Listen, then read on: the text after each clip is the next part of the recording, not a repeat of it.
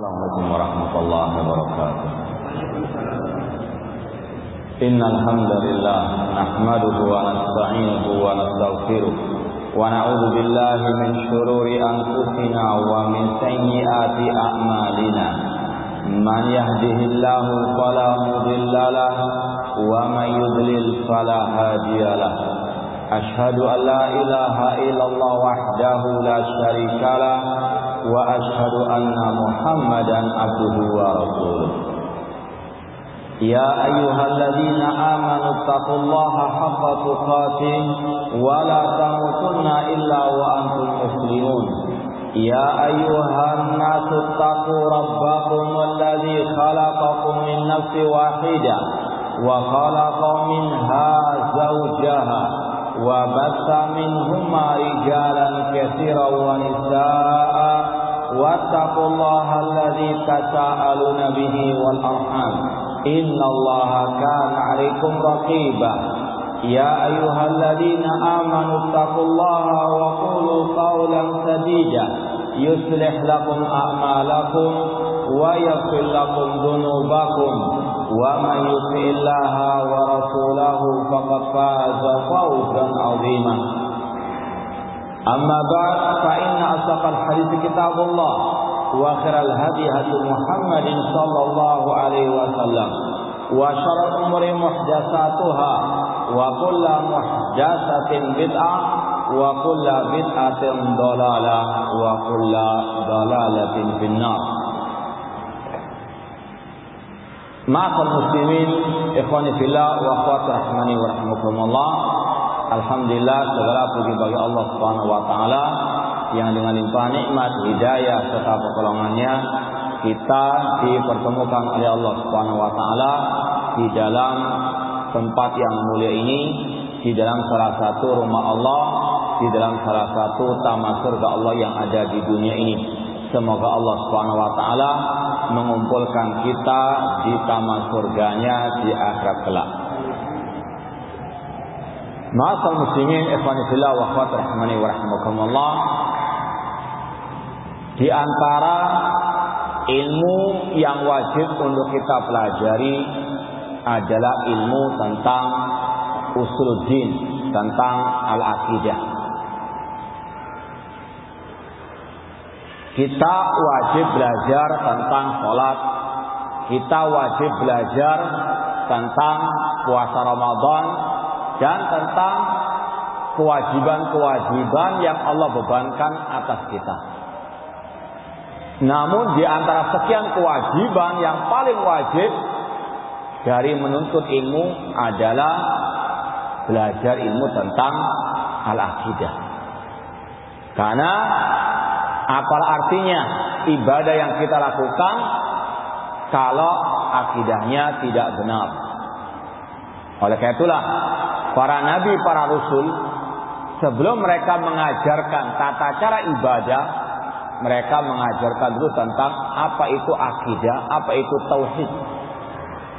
Allah berfirman, "Walaqad ba'atsna fi kulli ummati rasulan an i'budullaha wajtanibut taghut." Sungguh kami telah mengutus kepada setiap umat seorang rasul. Seruan mereka, dakwah mereka, an i'budullah, sembahlah Allah dan tinggalkan sesembahan selain Allah. Itu intisari dakwah para nabi, para rasul. Sampai kepada Nabi kita Muhammad sallallahu alaihi wasallam. Sebelum beliau mengajarkan tentang salat, puasa, zakat, haji, yang beliau ajarkan pertama kali kepada manusia tentang at-tauhid, agar mereka hanya menyembah kepada Allah Subhanahu wa taala saja. Karena itu sekali lagi dasarnya, pondasinya agama, landasannya ibadah. Ibadah tanpa tauhid seperti salat tanpa wudu, tidak sah. Walau asyraku la habita anhum ma kanu ya'malun. Seandainya mereka berbuat kesyirikan, akan gugur semua amal ibadah mereka. Tauhid akidah yang benar itu merupakan rukun Islam pertama.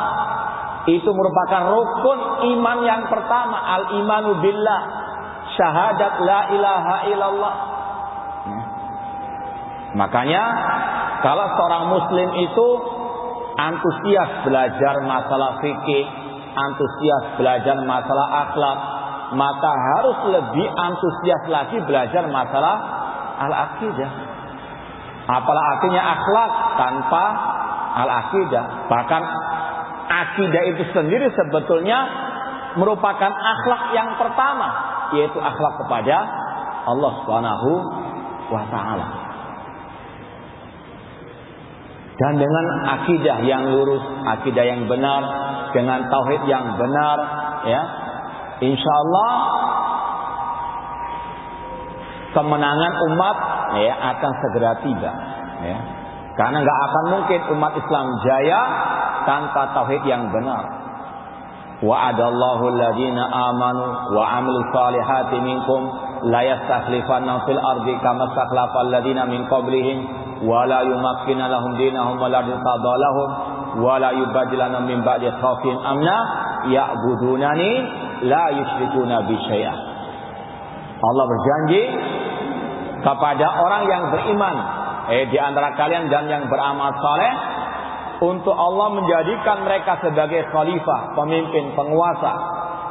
Sebagaimana Allah menjadikan orang-orang sebelum mereka sebagai pemimpin, dan Allah akan mengokohkan agama yang Allah ridhoi bagi mereka, dan Allah rubah ketakutan mereka dengan keamanan. Syaratnya kata Allah, ya'budunani la yusyrikuna bi syai'ah.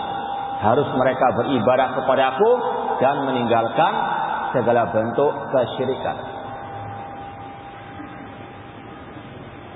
Ini beberapa poin keutamaan akidah atau juga ilmu tentang akidah, Dari yang kita sampaikan tadi, berapa poin yang antum bisa simpulkan keutamaan akidah tadi? Ada berapa?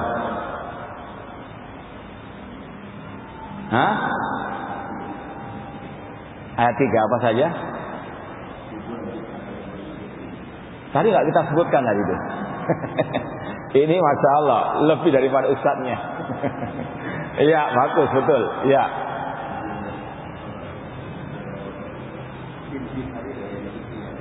Iya, itu yang kita sebut tadi. Terus yang ketiga. Iya, apa lagi? Tambahkan yang lain. Iya, atau bisa dikatakan itu rukun Islam dan rukun iman yang pertama. Kalau kita bisa sebutkan tadi, ini sekedar muqaddimah untuk lebih memotivasi kita semangat belajar akidah. Karena akidah yang sahihah tadi ditambahkan adalah tujuan diciptakannya jin dan manusia. Wa ma khalaqtul jinna wal insa illa liya'budun. Akidah yang sahihah merupakan intisari dakwah para nabi, para rasul. Akidah yang sahihah merupakan rukun Islam dan rukun iman yang pertama. Bahasanya akidah yang sahihah syarat diterimanya amal ibadah. Yang kelima, bahwasanya akidah yang sahihah merupakan kunci kemenangan umat Islam. Kemudian akidah yang sahihah, kalau kita mau tambahkan lagi, akidah sahihah merupakan kunci menuju surga Allah Subhanahu wa taala. Tidak mungkin surga dibukakan kecuali bagi yang bertauhid, yang memiliki akidah yang sahihah. Allah mengatakan, innal ladzina kafaru min ahlil kitabi wal musyrikina fi nari jahannama khalidina fiha ulaika hum syarrul bariyah.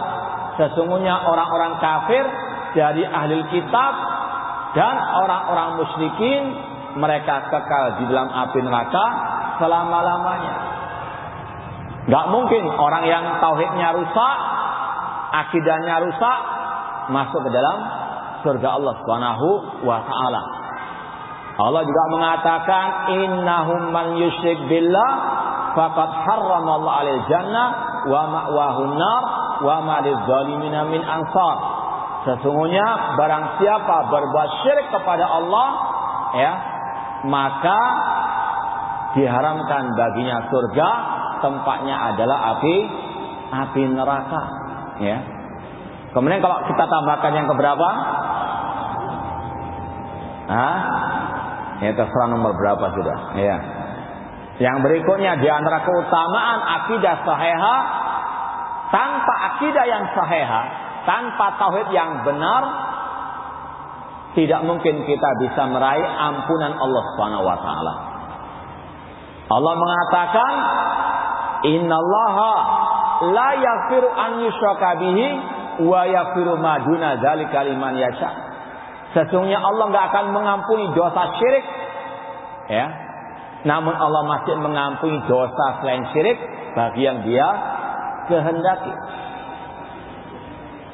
Rasul mengatakan dalam hadis qudsi, Allah berfirman, "Ya ibna Adam, lau ataitani bi qurabil ardi khataya, tsumma la tusyrik bi syai'a, la ataituka bi qurabil ardi maghfiratan." Kata Rasulullah SAW, Allah berfirman, "Wahai manusia, seandainya engkau berjumpa denganku pada hari kiamat dengan membawa, ya, dosa sebesar bumi ini, namun engkau tidak berbuat syirik, ya, aku akan mendatangimu dengan, ya, ampunan yang juga seluas bumi." Artinya sekali lagi, tanpa akidah yang sahihah, tanpa tauhid yang benar, Allah enggak mendatangkan, Allah enggak akan mungkin memberikan ampunan kepada kita.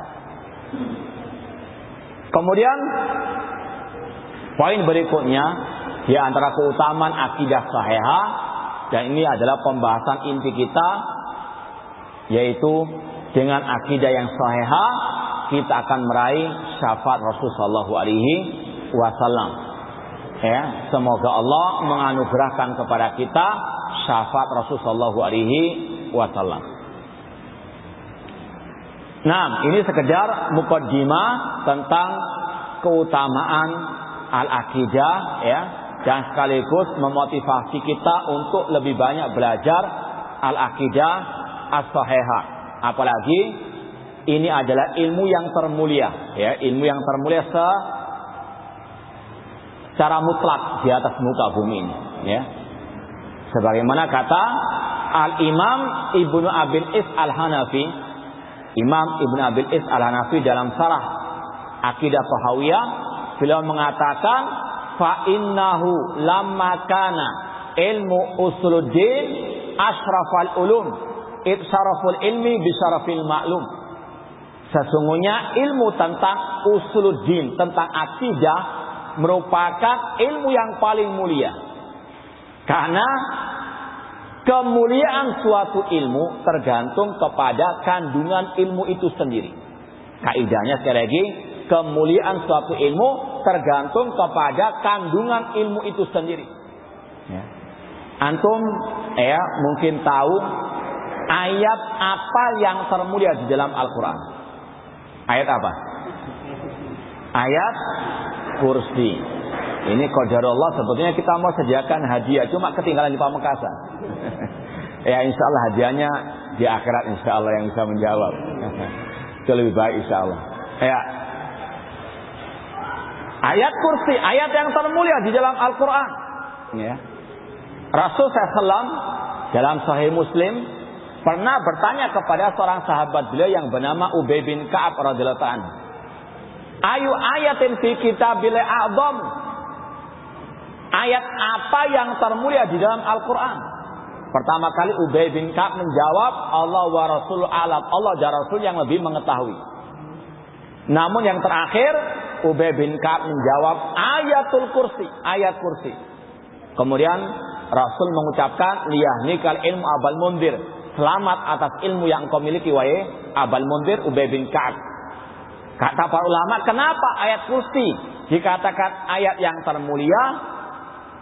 Jawabannya tidak lain tidak bukan karena isinya hanya berkaitan dengan zat yang paling mulia, yaitu Allah Subhanahu wa ta'ala.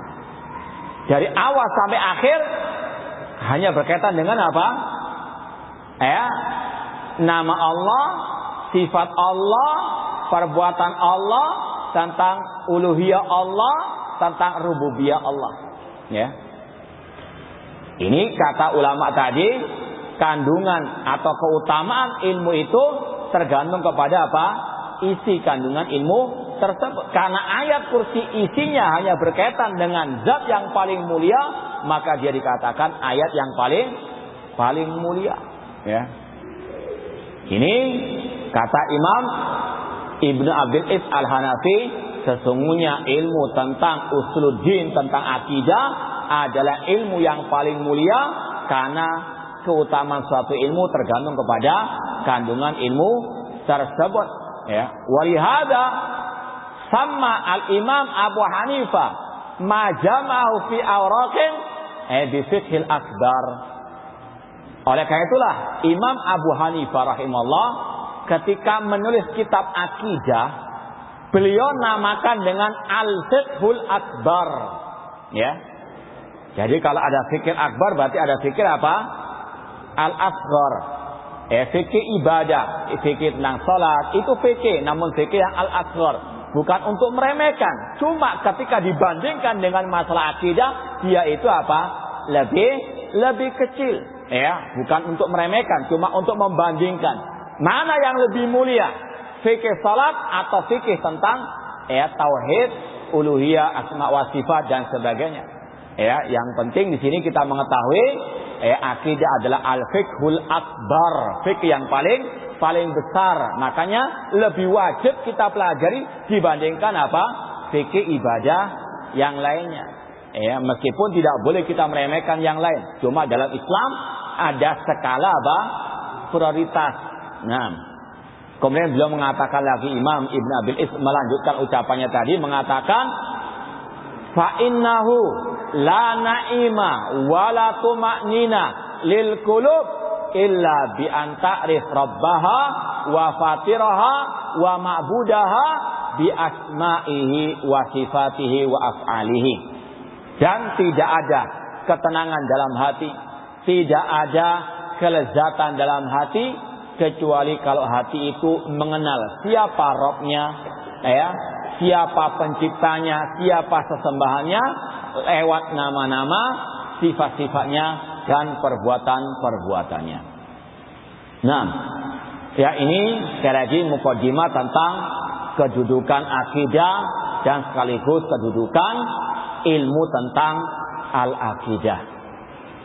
Kemudian kita masuk kepada poin inti masalah asy-syafa'ah. Apa arti syafaat secara istilah? Ya. Kalau secara bahasa asy-syafa'ah dari kata-kata asy-syafa', ya, kita mendengar istilah witir, ya. Apa witir itu bahasa Indonesianya? Ganjil. Asy-syafa' lawannya apa itu? Genap, ya. Itu secara bahasa. Ya, asy-syafa' dari kata-kata asy-syafa', ya. Lawannya al-witr. Lalu secara istilah syar'i apa asy-syafa'ah itu? Secara ringkas, syafaat itu artinya talabul khair lil ghair. Talabul khair lil ghair. Minta tolong, ya, minta kebaikan untuk orang lain. Minta kebaikan untuk apa? Orang lain. Talabul khair lil ghair, minta tolong kebaikan untuk orang lain. Syafaat ini ada di dunia, ada di akhirat, ya. Sesuai dengan definisi tadi. Syafaat di dunia, ya. Ini seperti misalnya ada kita mengenal teman kajian, dia baru lulus kuliah, dia mau menikah, masih belum punya kerjaan, ya.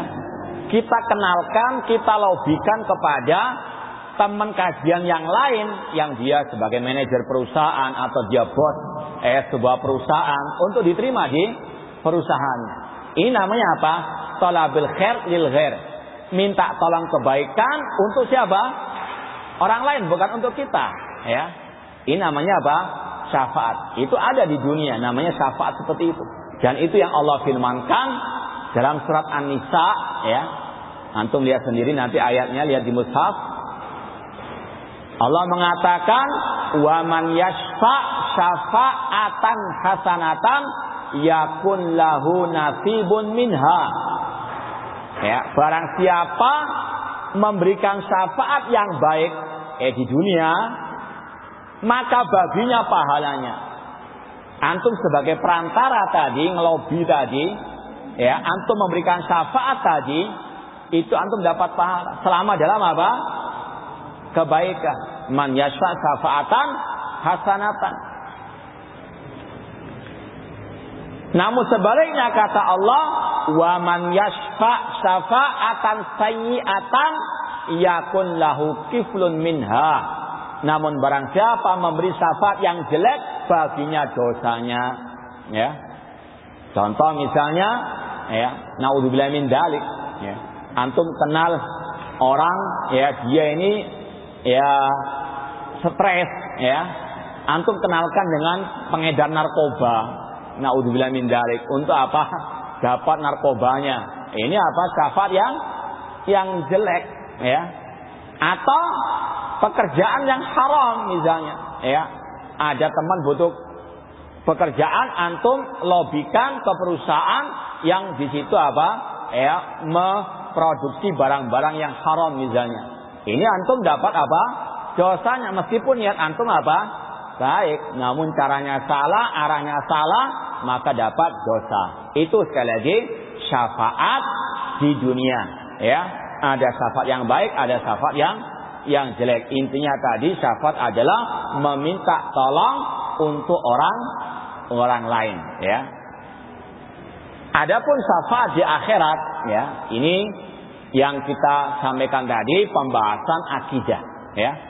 Pembahasan syafaat ini kenapa kok kita bahas? Karena ini berkaitan dengan tadi masalah akidah. Dan dalam kitab-kitab akidah salafus saleh banyak dijelaskan masalah syafaat, ya. Hampir rata-rata pembahasan akidah salafus saleh ada pembahasan masalah asy-syafaat. Adapun syafaat di akhirat, ya. Kata para ulama di dalam Al-Qur'an, di dalam Al-Quran, syafaat itu ada dua kategori. Di dalam Al-Quran, syafaat itu ada dua kategori. Sekali lagi ini syafaat yang berkaitan dengan syafaat di akhirat, ya.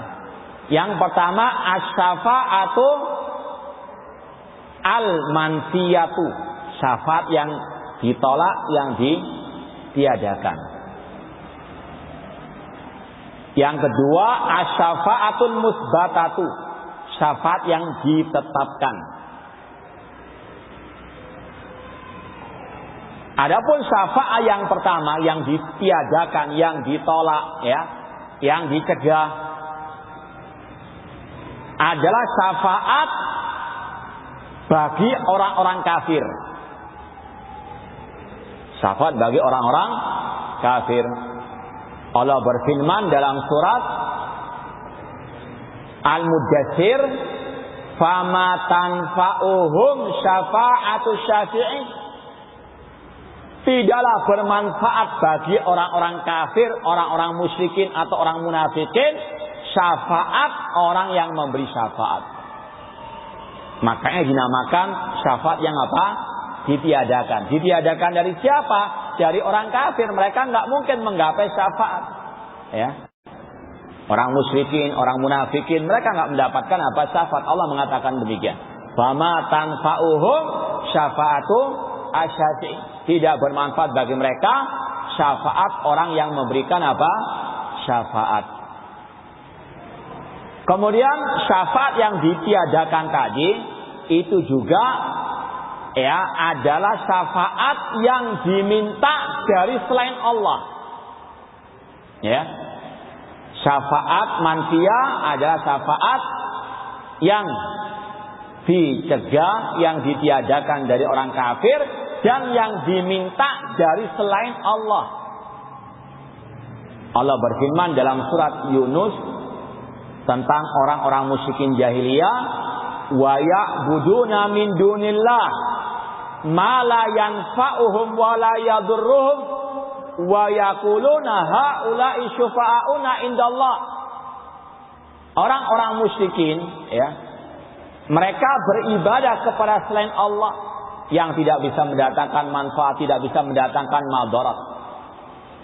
Mereka mengatakan yang kami sembah itu hanyalah pemberi syafaat kami pada hari kiamat di sisi Allah. Jadi orang musyrikin itu ketika mereka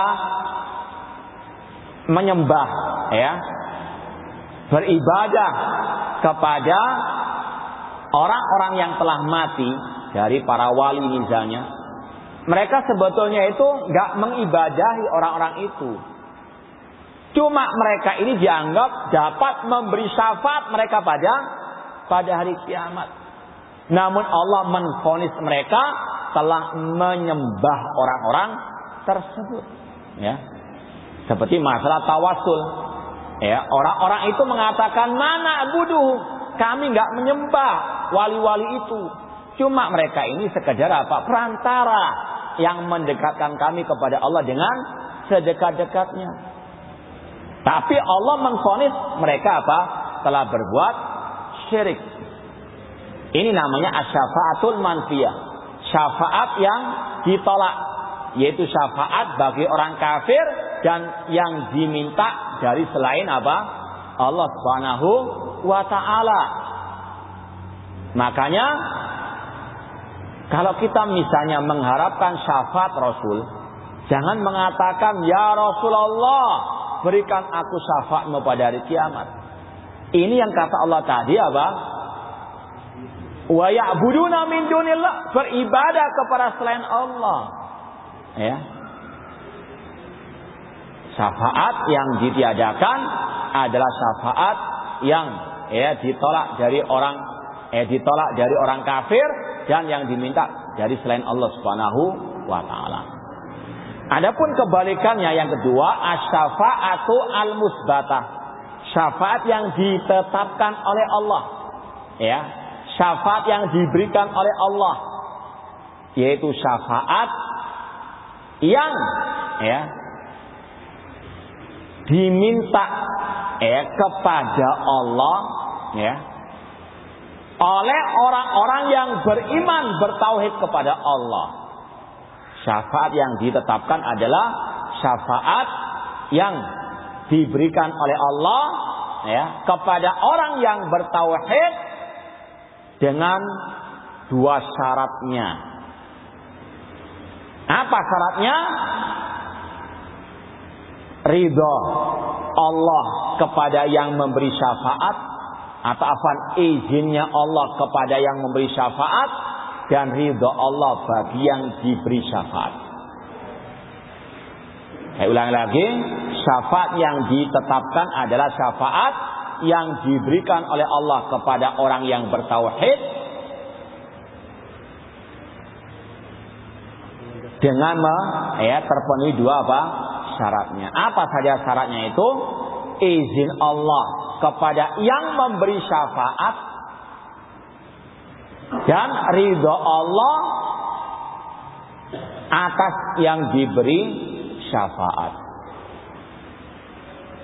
Dalilnya yang pertama ayat kursi tentang izin Allah bagi yang memberi syafaat.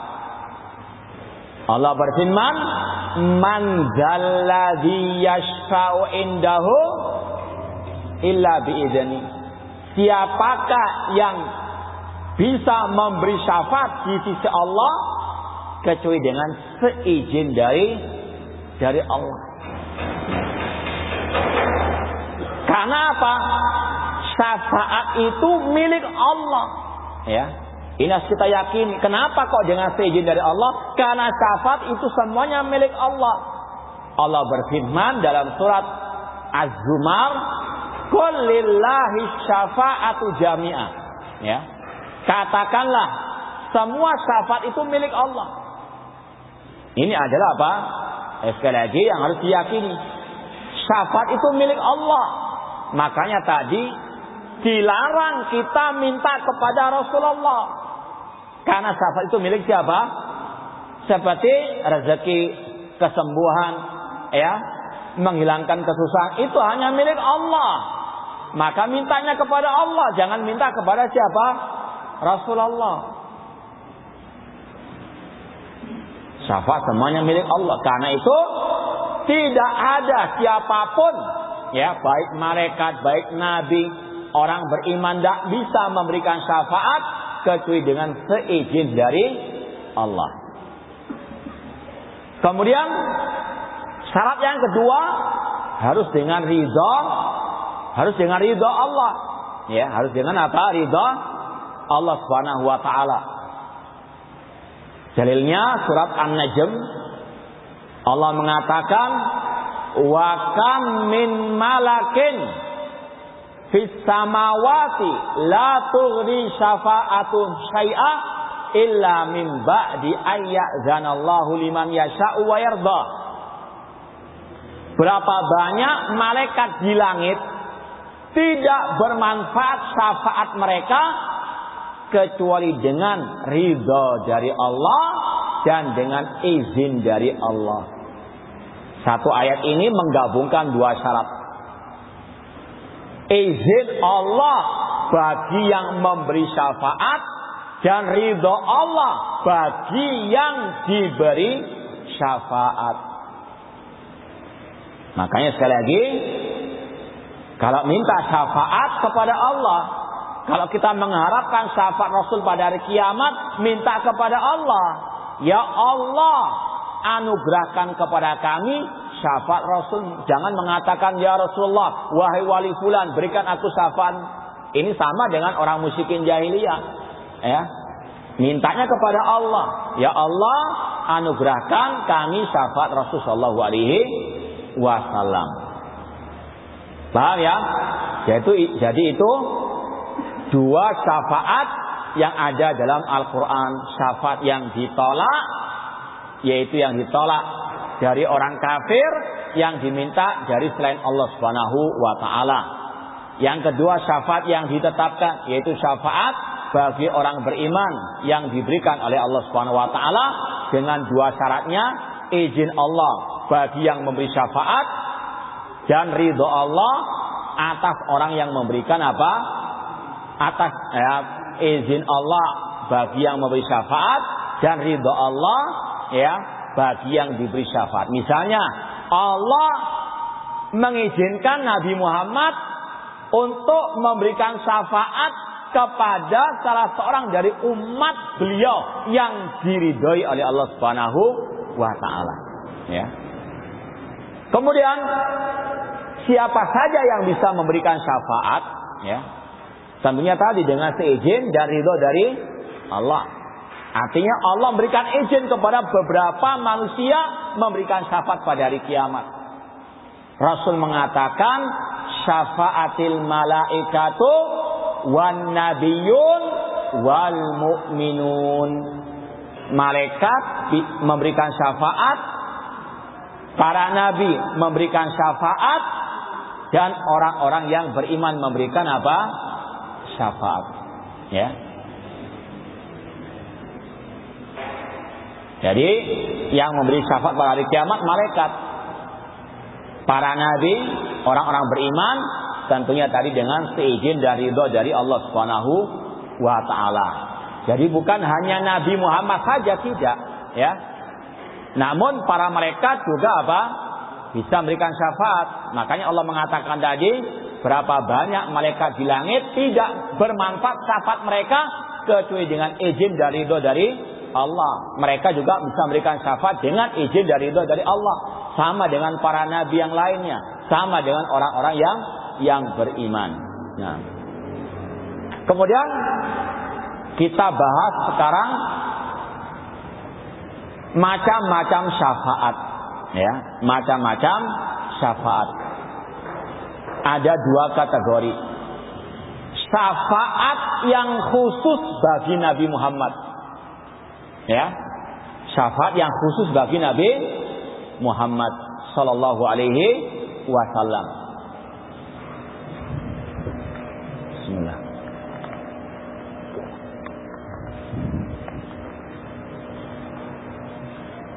Yang pertama, asy-syafa'atul uzma. Asy-syafa'atu al-uzma, syafaat yang paling agung, yaitu syafaat Rasul di padang mahsyar. Dalam hadis yang panjang lebar dalam Sahih Bukhari, kita juga telah mempelajari, memahami ketika manusia dibangkitkan di padang mahsyar, dikumpulkan di padang mahsyar, kata Rasul, yuhsyarun nasu hufatan uratan ghurlan. Manusia dibangkitkan, manusia dikumpulkan di padang mahsyar dalam keadaan telanjang bulat, dalam keadaan tidak beralas kaki, dalam keadaan tidak dikhitan. Sampai pada waktu itu Aisyah mengatakan, ya Rasulullah, apakah mereka tidak saling melihat kepada yang lainnya? Kata Rasul, al-amru asyaddu min dzalik. Perkaranya lebih dahsyat dari hal itu semuanya. Karena apa? Orang nggak akan mungkin lirak-lirik, nggak mungkin mengumbar hawa nafsu pada waktu itu, meskipun semuanya telanjang bulat. Namun apa kata Rasul? Sebagaimana kata Allah, fa idza ja'atis sakha yauma yafirul mar'u min akhi wa ummi wa abi wa sahibati wa bani likulli imri'in minhum yauma sya'nu yughni. Setiap orang mikir dirinya masing-masing, enggak mungkin saling melihat aurat yang lainnya. Pada waktu itulah matahari dekat dengan kepala mereka.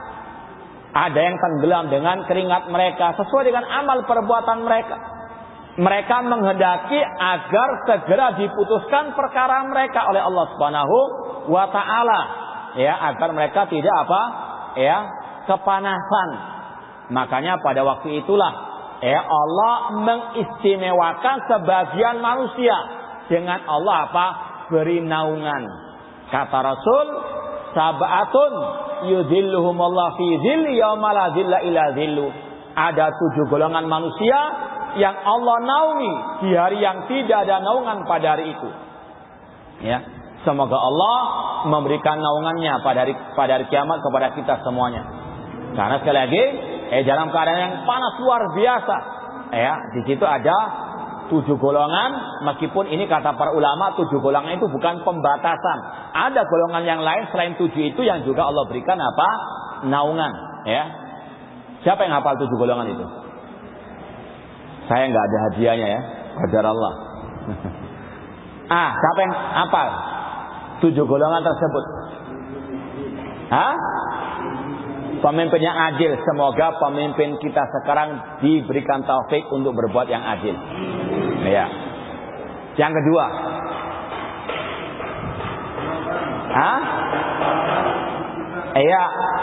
rajulani tahaba fillah. 2 orang yang mencintai karena Allah, istama alaihi wa faraka alaihi. Berjumpa karena Allah, berpisah karena Allah. Yang ketiga, sabun nasyafi taatillah, pemuda yang taat, tumbuh dalam ketaatan kepada Allah. Yang keempat, rajulun zakarallah khalian fafadat aina. Seseorang yang dia ketika menyebut nama Allah, bercucuran air matanya. Yang kelima,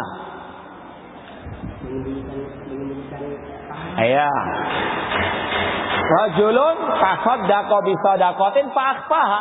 Seseorang yang bersedekah dan dia sembunyikan sedekahnya, hatta la ta'lam yaminu la ta'lam shimalu matun sik yaminu. Sampai tangan kirinya enggak tahu apa yang diinfakkan oleh tangan kanannya. Yang keenam, rajulun ja'atu imratun zatu mansibin wa jamal faqala inni akhafullah. Seseorang yang dibujuk untuk berbuat kekejian dengan seorang wanita yang cantik, punya kedudukan, namun dia mengatakan aku takut kepada Allah. Yang terakhir, yang ketujuh, Padahal ini seperti antum. Naam, ya, rajulun ya qalbu mu'allaqun bil masajid, orang yang hatinya bergantung kepada masjid, rindu untuk memakmurkan masjid dalam rangka ibadah kepada Allah. Ya, kembali kepada pembahasan, dikala padang mahsyar itu ya manusia dalam keadaan kepanasan gundah gulana. Mereka pun berbondong-bondong mendatangi Nabi Adam alaihissalam untuk Nabi Adam membantu mereka ya agar meminta kepada Allah syafaat agar segera diputuskan perkara mereka. Nabi Adam tidak sanggup ya. Nabi Adam mengatakan itu Nuhan awwala rasul. Datangilah Nabi Nuh rasul pertama. Ini juga sebagai dalil rasul pertama Nabi Nuh alaihi salam. Nabi Nuh juga tidak sanggup membantu mereka. Mereka datang kepada Nabi Ibrahim, Nabi Musa, Nabi Isa. Semuanya nggak sanggup membantu mereka.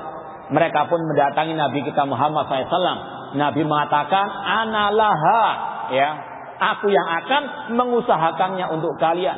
Ya, kemudian Rasul pun sujud di hadapan Allah dan Allah pun berkata, Irfa' ra'sak, angkat kepalamu. Wasal tu'ta, mintalah engkau akan diberi. Wasfa' tu syafa', mintalah syafaat, engkau akan diberikan apa? Syafaat. Ya, artinya Pak Rasul saja masih minta kepada apa? Allah, enggak langsung Rasul memberikan syafaat. Ya, makanya mintanya kepada Allah. Kemudian pada waktu itulah Allah datang kepada mereka dan itulah maksud firman Allah, waja'a rabbuka wal malaku saffan saffa. Rabbmu datang dan malaikat dalam keadaan berbaris-baris. Itu untuk memutuskan perkara hamba. Dan di situ kata para ulama, di antara akidah Ahlussunnah wal Jamaah yaitu menetapkan sifat Allah datang pada hari kiamat. Sifat al-maji, Allah datang. Seperti Allah turun di hari, atau Allah turun sepertiga malam terakhir. Yaitu namanya sifat fi'liyah yang wajib kita tetapkan bagi Allah. Tidak boleh kita serupakan dengan sifat makhluk. Tidak boleh kita bayang-bayangkan. Tidak boleh kita takwilkan. Tidak boleh kita tolak. Kita imani apa adanya. Allah datang pada hari kiamat, ya, memutuskan perkara hamba dan malaikat dalam keadaan apa? Berbaris-baris.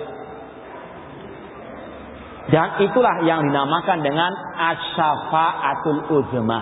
Ya, syafaat yang khusus bagi Nabi kita Muhammad sallallahu alaihi wasallam. Ya. Dalam sebuah hadis yang sahih riwayat Bukhari Muslim, Rasul pernah bersabda, "Utitu khamsan lam yu'ta nabiyan qabli." Aku diberi 5 keistimewaan oleh Allah yang tidak diberikan oleh atau kepada nabi sebelumku. Siapa yang tahu 5 keistimewaan tersebut?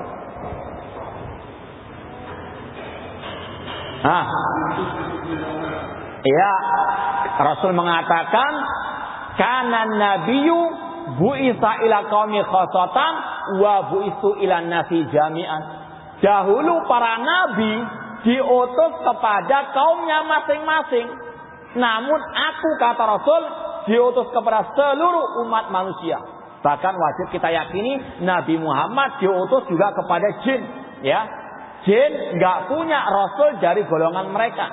Namun mereka ini wajib mengikuti Rasul dari kalangan manusia. Di antara yang terakhir, Nabi kita Muhammad SAW diutus kepada jin dan semua manusia sampai hari kiamat. Ya, Rasul mengatakan dahulu para nabi diutus kepada kaumnya secara khusus, namun aku diutus kepada seluruh umat manusia. Qul ya ayuhan nasu inni rasulullah ilaikum jami'an. Katakan wahai Nabi Muhammad, wahai manusia, aku yaitu Nabi Muhammad adalah utusan Allah kepada kalian semuanya. Makanya kata para ulama, ketika menulis 10 pembatal keislaman, ya, salah satunya adalah kalau ada orang yang meyakini bolehnya seseorang keluar dari syariat Nabi Muhammad dengan dalil Nabi Khidir keluar dari syariat Nabi Musa. Ya. Mungkin ada yang pernah mendengar, oh orang itu sudah tingkat makrifat. Ya, dia itu sudah tidak ada kewajiban salat. Ya, sebagaimana Nabi Khidir gak wajib mengikuti syariat Nabi Musa. Demikian pula si fulan tadi itu karena sudah tingkat makrifat, dia tidak wajib mengikuti ajaran Nabi Muhammad sallallahu alaihi wasallam. Ya. Maka dibantah oleh para ulama, di antaranya Syekhul Islam Ibnu Taimiyah dalam kitab beliau Al-Furqan Baina Auliya Rahman wal Syaitan, beliau mengatakan beda kasusnya antara Nabi Khidir dan Nabi Musa dengan Nabi Muhammad dengan semua umat manusia. Tadi kaidahnya, Nabi Musa itu diutus kepada bangsa Bani Israel, kaumnya Bani Israel. Nabi Khidir bukan kaumnya Nabi Musa. Nabi Khidir memang gak wajib mengikuti Nabi Musa. Beda dengan Nabi kita Muhammad. Nabi Muhammad diutus kepada seluruh umat manusia, gak ada pengecualian.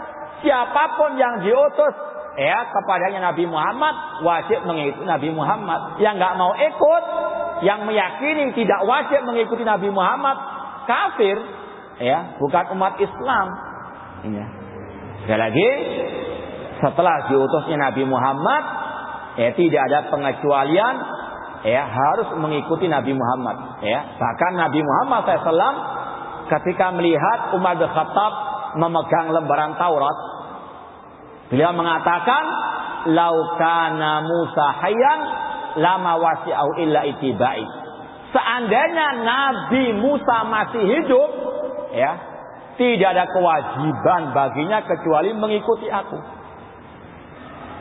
Demikian pula dengan Nabi Isa pada hari kiamat, atau sebelum hari kiamat, beliau ketika turun dari langit, beliau tidak membuat syariat baru, namun beliau meneruskan syariat Nabi Muhammad sallallahu alaihi wasallam. Ini yang harus kita yakini. Dahulu para nabi diutus kepada kaumnya secara khusus, namun Nabi Muhammad diutus kepada seluruh umat manusia. Nah, keistimewaan Nabi yang kedua dalam hadis itu apa? Penutup para nabi. Bukan dalam isi hadis tadi. Betul, cuma ini bukan dari hadis tadi. Naam, Rasul dikatakan utitu jawami'al kalim. Aku diberikan ucapan yang singkat namun padat isinya. Yang ketiga.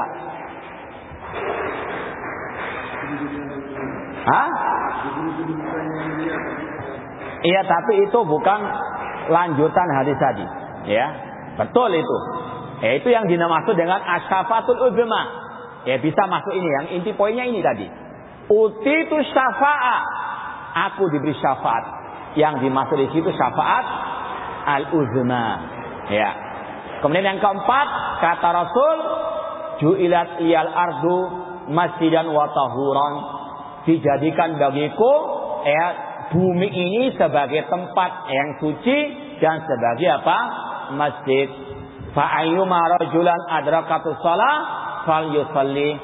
Di mana saja orang itu mendengar waktu salat, segera dia salat di tempat itu juga, Yang enggak boleh salat di hammam wal makbarah, kata Rasul, kecuali toilet, kamar mandi ataupun kuburan. Kemudian Rasul di antara keistimewaannya kata beliau apa? Uhillat iyal maghanim, dihalalkan bagiku apa? Ghanimah, harta rampasan perang. Nah, yaitu disebut dengan asy-syafa'atu al-uzma, yang juga dinamakan tadi al-maqamul mahmud, kedudukan yang terpuji. Kita setelah azan membaca zikir. Apa zikirnya? Nggak ada yang hafal. Zikir setelah azan. Nggak pernah mendengar azan? Apa zikirnya? Nanti akan kita sampaikan bagaimana antum mau mendapatkan syafaat. Ini salah satu caranya sebetulnya. Berdoa setelah apa? Adzan. Sebetulnya ala Rasul SAW apa doanya? Doa setelah azan apa? Allahumma rabba hadhihi da'wati tamah wassalatil qa'imah ati Muhammadan alwasilata wal fadilah wa ba'su maqamam mahmudan alladzi wa'atta. Ya. Kalau antum membaca zikir itu selayaknya antum juga pahami. Jangan sekedar hampa di lisan begitu saja tanpa makna. Makanya Al-Imam Ibnu Qayyim rahimahullah pernah berkata, afdalu zikri wa anfa'uhu ma wata'al qalbu al-lisan. Zikir yang paling afdal, zikir yang paling bermanfaat adalah zikir yang diucapkan oleh lisan, dipahami oleh hati. Wa kana minal azkarin nabawiyah, yang itu termasuk zikir yang diajarkan oleh Rasulullah SAW. Wa syahida qailuhu ma'aniya wa maqasidah, dan orang yang mengucapkannya paham makna maksud daripada zikirnya tersebut. Zikir pagi dan petang, bukan sekedar antum baca begitu saja. Iya, itu betul, itu sunnah Rasul. Cuma kalau lebih mantapnya paham isinya, itu luar biasa. Karena itu seperti hadis Rasul.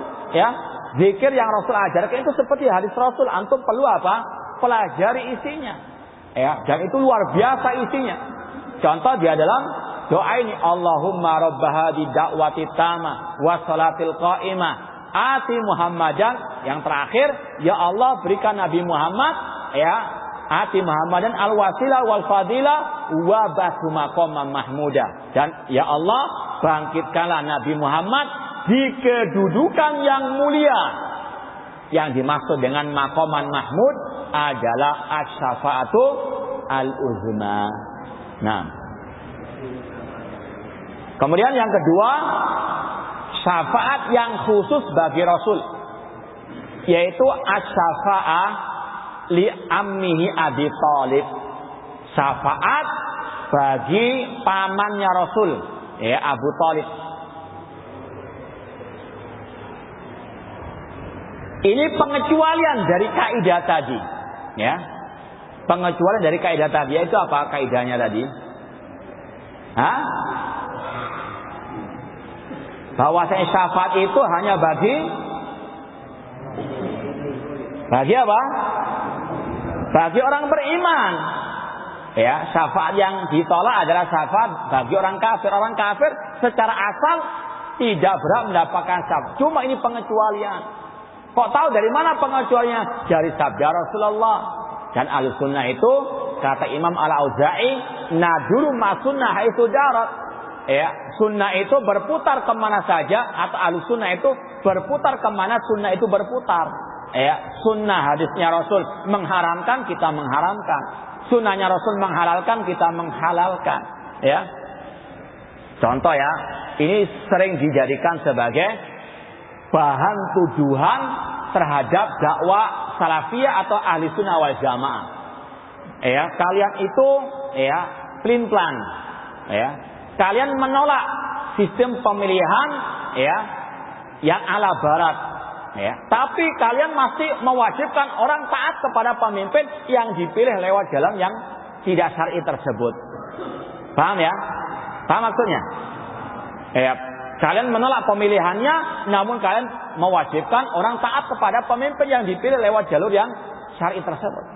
Kita jawab, Ahlussunnah itu berputar kemana dalil itu apa? Berputar, nggak ikut hawa nafsu. Memang dalam Islam cara pemilihan pemimpin itu hanya dengan dua jalan yang syar'i.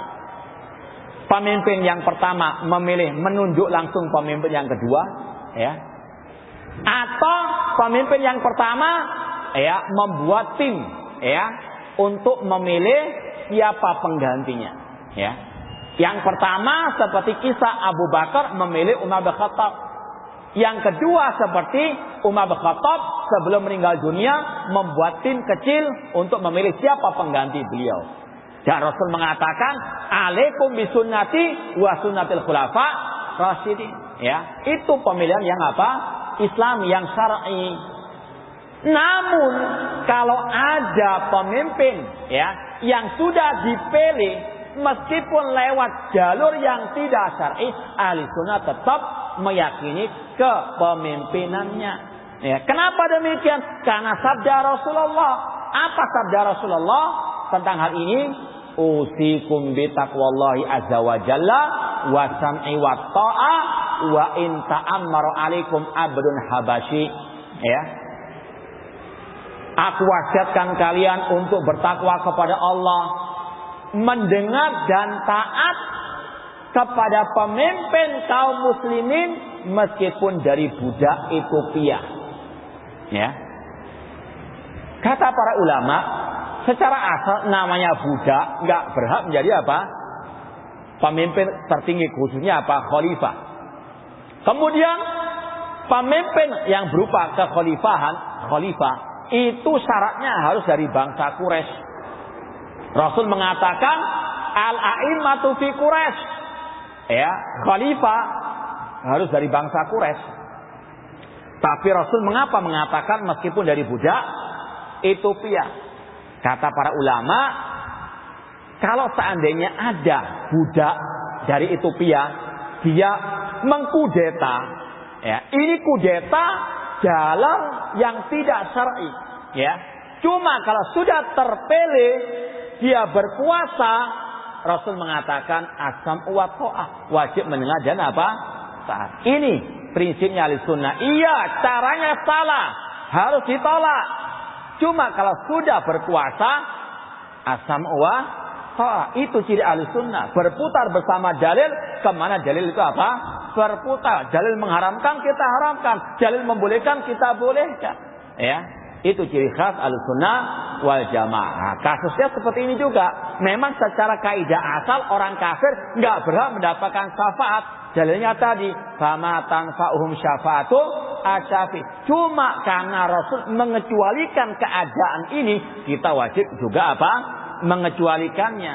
Ya, suatu saat Rasul pernah ditanya, ya, hal nafata Abu Thalib, wahai Rasulullah, apakah engkau nanti bisa memberikan manfaat kepada Abu Thalib yang dulu ketika engkau caci maki, engkau dimusuhi oleh kafir Quraisy, dia menolongmu, dia mendukungmu, dia mensupportmu, meskipun dia nggak masuk Islam, ya. Abu Thalib padahal dia yakin Islam yang terbaik, namun karena takut celaan orang kafir Quraisy, dia nggak mau masuk Islam. Sampai pada waktu mau meninggal dunia, Rasul dakwai, ya ammi kul kalimatan uhajulaka indallah, wahai pamanku, ucapkanlah kalimat tauhid la ilaha illallah, suatu kalimat yang aku akan membelamu di sisi Allah. Namun orang kafir Quraisy yang lain mengatakan atarghabu an millati Abdul Muttalib, wahai Abu Thalib, apakah engkau tidak suka dengan ajaran ayahmu Abdul Muttalib? Maka dia pun memilih apa? Teman-temannya yang jelek tersebut. Makanya hati-hati dengan teman yang jelek. Teman yang jelek ini, naudzubillah min dzalik, bisa menyerumuskan ke dalam api neraka. Sampai tadi akhir hayatnya pun, mereka masih membisikkan kepada paman Rasul, pada Rasul ada di dekatnya beliau. Makanya Allah turunkan ayat, innaka la tahdi man ahbabta walakinallahu yahdi man yasha. Engkau Nabi Muhammad tidak bisa memberikan hidayah taufik kepada orang yang engkau cintai, yaitu paman beliau, namun Allah memberikan hidayah kepada siapa yang dia kehendaki. Kemudian kata Rasul SAW ketika ditanya, apakah engkau bisa memberikan manfaat kepada Abu Thalib di hari kiamat? Kata Rasul, seandainya bukan karena syafaatku, dia ini dalam kerak api neraka, cuma dengan syafaat Rasul beliau diringankan apa? Azabnya. Itu apa? Syafaat yang khusus hanya bagi Rasul SAW untuk pamannya Abu Thalib. Namun cuma apa? Diringankan saja azabnya, tidak mungkin keluar dari api neraka, karena kaidah asal namanya orang kafir kekal dalam api neraka. Seperti yang kita sampaikan dalilnya tadi, ya innalladzina kafaru min al-kitabi wal musyrikina fi nari jahannam khalidina fiha ulaika hum syarrul bariyah.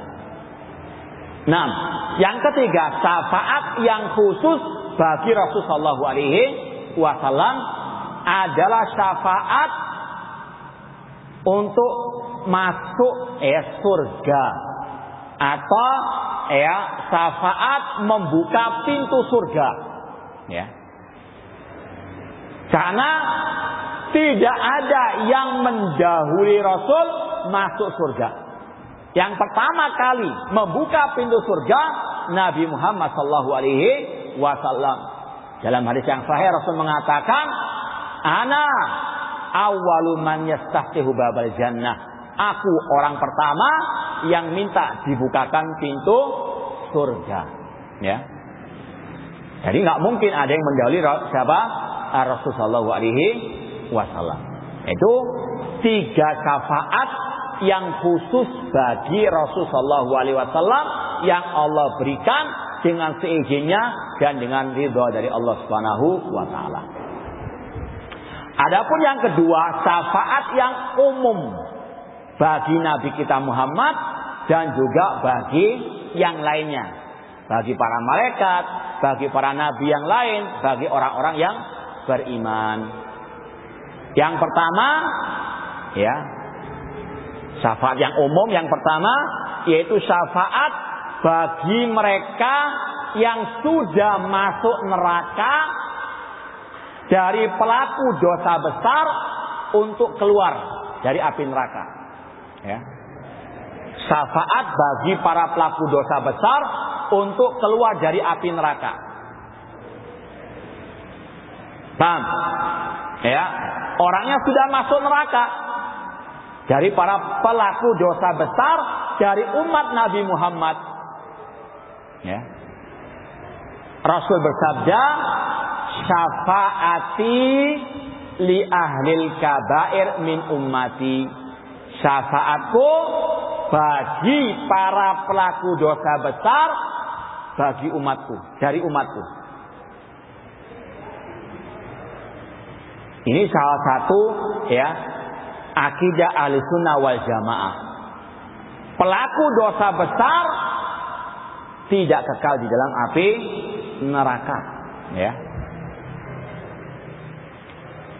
Pembahasan inilah, syafaat yang inilah yang banyak disebutkan oleh para ulama dalam kitab akidah, ya. Pembahasan syafaat itu luas. Cuma dalam kitab-kitab akidah yang dibahas itu syafaat yang satu ini, yaitu syafaat bagi pelaku dosa apa? Besar bagi umat Nabi Muhammad SAW. Kenapa demikian? Karena ada 2 kelompok sesat yang mengingkarinya. Karena ada 2 kelompok sesat yang mengingkarinya, yaitu kelompok Khawarij dan kelompok Mu'tazilah. Kelompok Khawarij dan Mu'tazilah, mengapa mereka mengingkari syafaat yang satu ini? Karena mereka sudah punya keyakinan pelaku dosa besar itu kafir di dunia, kekal di dalam api neraka di akhirat. Paham? Jadi kelompok Khawarij, kelompok Mu'tazilah ini, ketika memang ini cirinya kelompok sesat, mereka itu berkeyakinan dulu, ya. Kalau ada nas, ya, yang berseberangan dengan keyakinan mereka, kalau mereka hadis katakan, oh itu hadis ahad. Kalau ayat mereka takwilkan, ya. Intinya apa? Ya itulah mereka berkeyakinan dulu, ya, baru kadang cari-cari dalil, ya. Kalau ada dalil yang bertabrakan, kalau dari hadis katakan hadis dhaif, hadis, ya, ahad, gak bisa dipakai dalam akidah. Kalau ayat mereka takwilkan, itu kebiasaannya mereka, ya. Makanya para ulama membahas syafaat ini dalam kitab akidah karena ada 2 kelompok tadi yang, ya, Khawarij Mu'tazilah mengingkari adanya syafaat bagi para pelaku dosa besar dari umat Nabi Muhammad SAW. Ya, syafaat yang umum yang kedua adalah syafaat bagi mereka yang hampir masuk neraka. Yang hampir masuk apa? Neraka.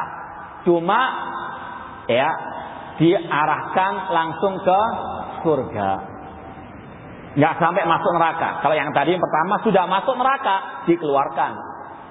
Dengan syafaat para nabi, para malaikat dan yang lainnya. Adapun yang kedua hampir masuk neraka, cuma sebelum masuk neraka diarahkan masuk surga. Yang ketiga kata para ulama, yang umum ini syafaat bagi mereka yang antara dosa dan pahalanya itu istilahnya 50-50. Ya, sama banyaknya. 50%, 50%, jeleknya 50%, baiknya 50%. Ini mau masuk surga atau masuk neraka? Maka dengan syafaat para nabi, para malaikat atau orang beriman, mereka pun langsung masuk surga. Paham? Ya. Yang keempat, syafaat yang umum adalah syafaat untuk mereka yang sudah masuk surga agar naik tingkat. Ya. Syafaat untuk naik tingkat di surga. Syafaat untuk apa? Naik tingkat di surga. Karena harus kita yakini surga itu bertingkat-tingkat. Ya.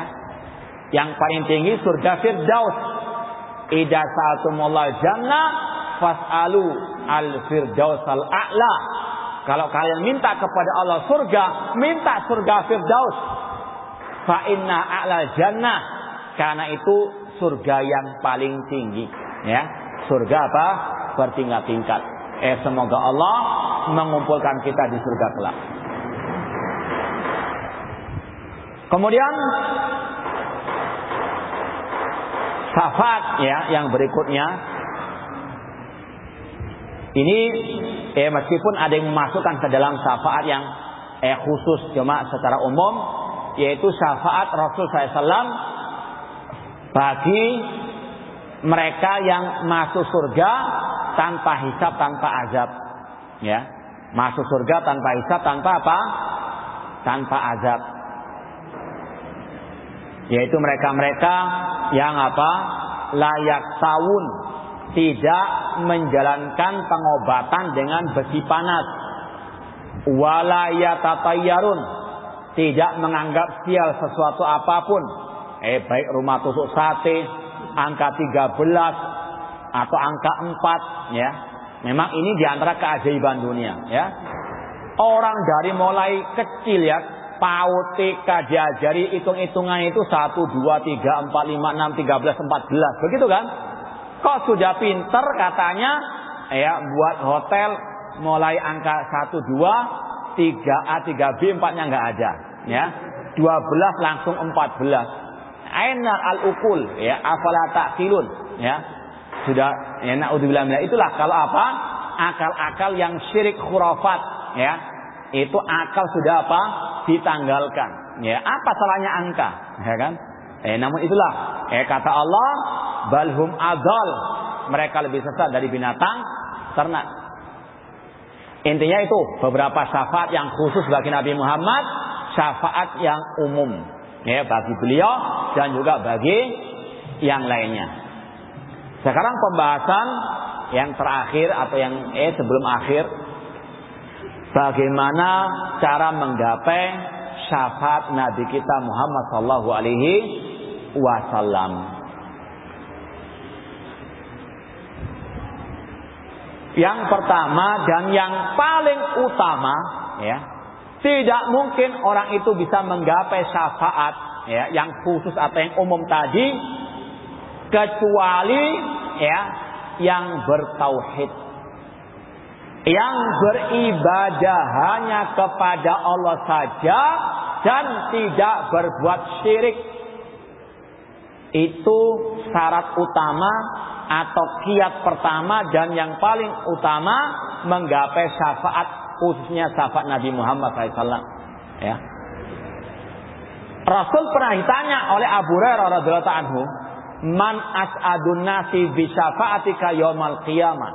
Ya Rasulullah, siapa orang yang paling berbahagia, yang paling berhak mendapatkan syafaatmu pada hari kiamat? Rasul menjawab, "As'adun nasi bi syafaati yaumal qiyamah man qala la ilaha illallah khalisan min qalbihi." Orang yang paling berbahagia dengan syafaatku pada hari kiamat adalah yang mengucapkan kalimat tauhid la ilaha illallah. Kata para ulama, bukan sekedar mengucapkan. Karena sekedar mengucapkan, orang munafik juga mengucapkan. Namun mengucapkan dengan lisan, diyakini oleh hati, diamalkan dalam kehidupan sehari-hari. Ya. Ini syarat orang bisa mendapatkan syafaat Rasul, bertauhid, punya akidah sahihah, ya. Yang murtad, yang musyrik, yang kafir, yang munafik nggak mungkin bisa menggapai syafaat Rasul pada hari kiamat. Ini syarat utamanya atau kiat pertama dan yang utama. Tanpa tauhid nggak mungkin kita bisa menggapai syafaat Rasul sallallahu alaihi wasallam. Maka jaga tauhid sampai mati, ya. Makanya tauhid itu adalah awal wajibin wa akhiruhu. Ya, tauhid itu adalah kewajiban pertama dan terakhir. Orang mau masuk Islam, apa kewajiban pertama? Salat? Hah? Mengucapkan kalimat tauhid la ilaha illallah. Ya. Ketika orang itu sakaratul maut, disuruh apa? Salat, puasa, zakat? Hah? Disuruh apa? Tauhid. Ya, Rasul mengatakan, "Lakinu mautakum la ilaha illallah." Talkinkanlah, ajarilah, diktekanlah, ya, orang yang mau mati, yang sakaratul maut, untuk mengucapkan la ilaha illallah. Ya. Kenapa? Fa innahu man kana akhiru kalami la ilaha illallah dakhala jannah. Karena barang siapa yang akhir ucapannya la ilaha illallah, maka dia masuk surga. Semoga Allah mengakhiri hidup kita dengan kalimat tauhid la ilaha illallah. Ya. Ini adalah apa? Syarat orang itu bisa menggapai syafaat Rasul, bertauhid, tidak berbuat syirik kepada Allah Subhanahu wa taala. Kemudian kiat yang kedua, bagaimana menggapai syafaat Rasul SAW secara umum yaitu ittiba'u sunnah, mengikuti sunnahnya Rasul sallallahu alaihi wasallam, ya. Mengikuti sunnahnya Rasul SAW. Apa diantaranya? Tadi zikir selesai azan, ya. Dalam hadis yang sahih Rasul mengatakan, "Man qala hina sami'an nida Allahumma rabba hadhi da'wati tamah wassalatil qa'imah ati Muhammadan wasilata wal fadila wa batu maqama mahmudil wa'ata halat lau syafaati yaumal qiyamah." Kata Rasul, barang siapa membaca zikir tadi setelah azan, maka dihalalkan, diberikan syafaatku pada hari kiamat. Makanya harus dihafalkan. Mau tidak mendapatkan syafaat Rasul? Hafalkan, ya. Sekali lagi, ya, singkat, ya, apalagi 5 waktu, rugi kalau kita enggak mengucapkannya atau enggak menghafalkannya. Ya, jaminannya apa? Syafaat Rasul SAW di hari kiamat. Kemudian yang ketiga, di antara cara menggapai syafaat Rasul SAW yaitu memperbanyak salat sunnah. Memperbanyak salat apa? Sunnah. Dalilnya ada sebuah riwayat, ada seorang sahabat mengatakan kepada Rasulullah, "Ya Rasulullah, nanti di hari kiamat tolonglah aku," ya, yaitu untuk mendapatkan syafaat beliau. Kata Rasul, "A'inni bikasrati sujud." Perbanyak sujud. Bukan ya tiba-tiba masuk masjid sujud, ya.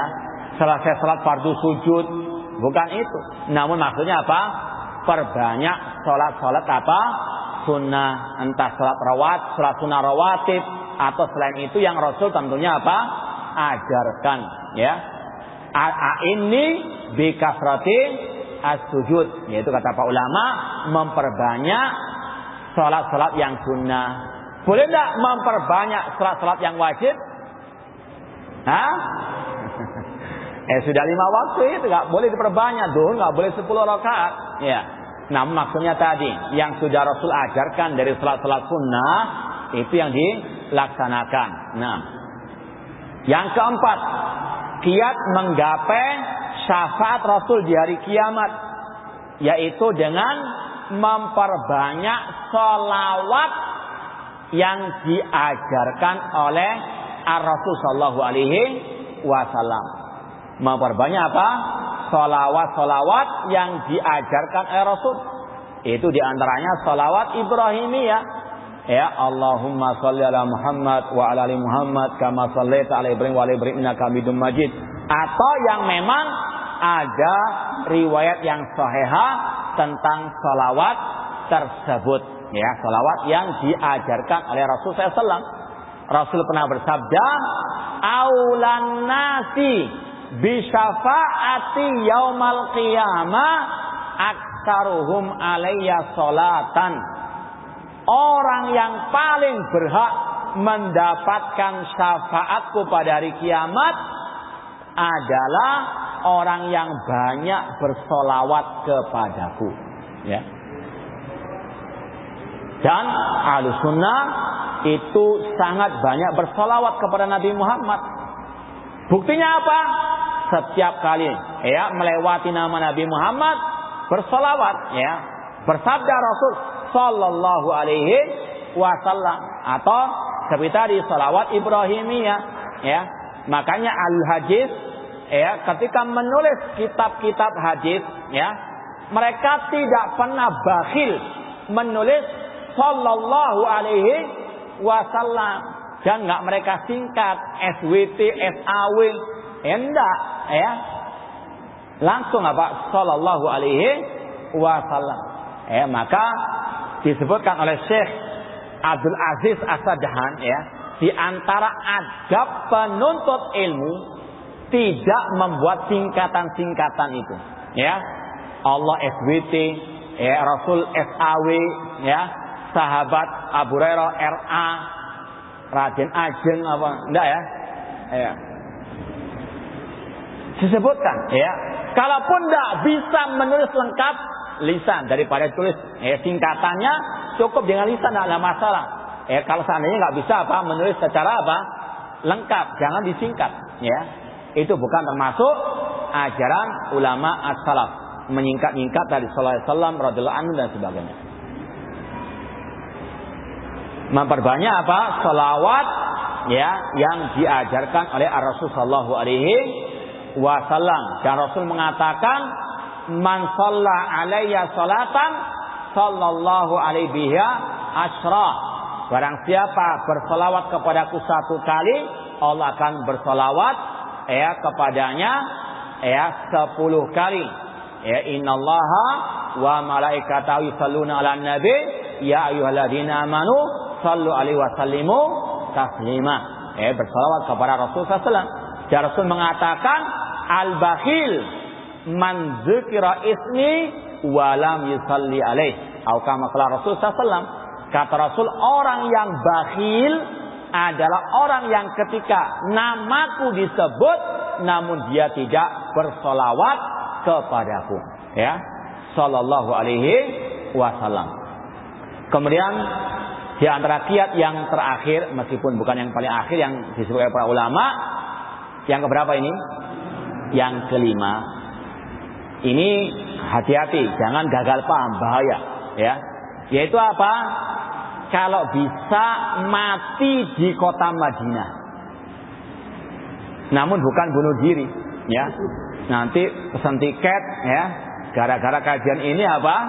Bunuh diri kota Madinah, kan dapatkan syafaat Rasul. Ya bukan itu maksudnya, ya. Namun seandainya orang itu misalnya, ya, dia bermukim di kota Madinah atau misalnya hijrah ke kota Madinah, niatnya untuk mendapatkan syafaat Rasul kalau meninggal dunia, ini yang kata Rasul, man istata'a an yamut bil Madinah falyamut biha. Barang siapa yang sanggup, yang bisa mati di kota Madinah, hendaklah dia mati di kota Madinah. Fa inni lahu syafi'un lahu yaumal qiyamah. Karena aku akan memberikan syafaat pada hari kiamat baginya. Ya, ini keutamaan yang meninggal di kota apa? Madinah. Cuma yang matinya apa? Matinya wajar, bukan mati bunuh diri. Kalau itu finari jahannam, naudzubillahi min dzalik. Ya. Ya, ini merupakan sekali lagi salah satu keutamaan kota Al-Madinah. Madinatul Rasul. Kota Madinah, kota terbaik setelah kota Makkah. Rasul mengatakan, Al-Madinatu khairul lahum law kanu ya'lamun. Kota Madinah itu baik bagi mereka seandainya mereka apa? Memahami. Ya, Rasul juga mengatakan tentang kota Madinah, Al-Madinatu haramun baina irin wa saurin. Kota Madinah adalah kota yang suci antara gunung air dan saur. Man ahdatsa fiha hadasan fa alaihi au awa muhdisan fa alaihi la'natullah wal malaikati wan nasi ajmain.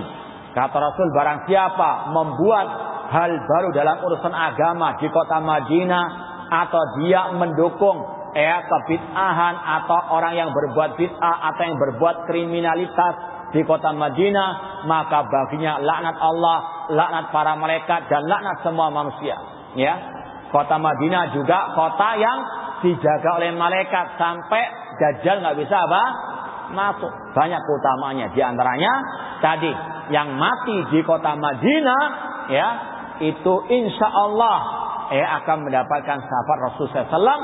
Tentunya tadi dengan izin dan ridha Allah Subhanahu wa Ta'ala. Nah, kemudian yang terakhir dari pembahasan tentang syafaat, meskipun sudah kita singgung tadi, ada 3 kelompok kaum muslimin yang punya sikap berbeda tentang syafaat. Ada yang ekstrem kanan, ada yang ekstrem kiri, ada yang pertengahan. Ya. Ada 3 kelompok kaum muslimin yang akidahnya berbeda tentang masalah syafaat. Yang ekstrem kanan tadi kita sebut kelompok Khawarij, kelompok Mu'tazilah. Mereka menolak, mengingkari syafaat yang tadi. Syafaat bagi siapa? Pelaku dosa besar untuk keluar dari api neraka. Ya. Karena apa? Karena keyakinan mereka yang mengatakan pelaku dosa besar itu kafir. Kalau namanya kafir, kekal dalam api neraka, nggak mungkin keluar dari api neraka. Ini kesesatan kelompok Khawarij dan Mu'tazilah. Ahlussunnah membantah, mengatakan pelaku dosa besar nggak kafir di dunia. Ya, contoh, orang mencuri itu dosa besar. Namun Ahlussunnah mengatakan nggak kafir pencuri itu. Kenapa? Karena Allah mengatakan wasariqu wasariqatu faqta'u aydiyahuma.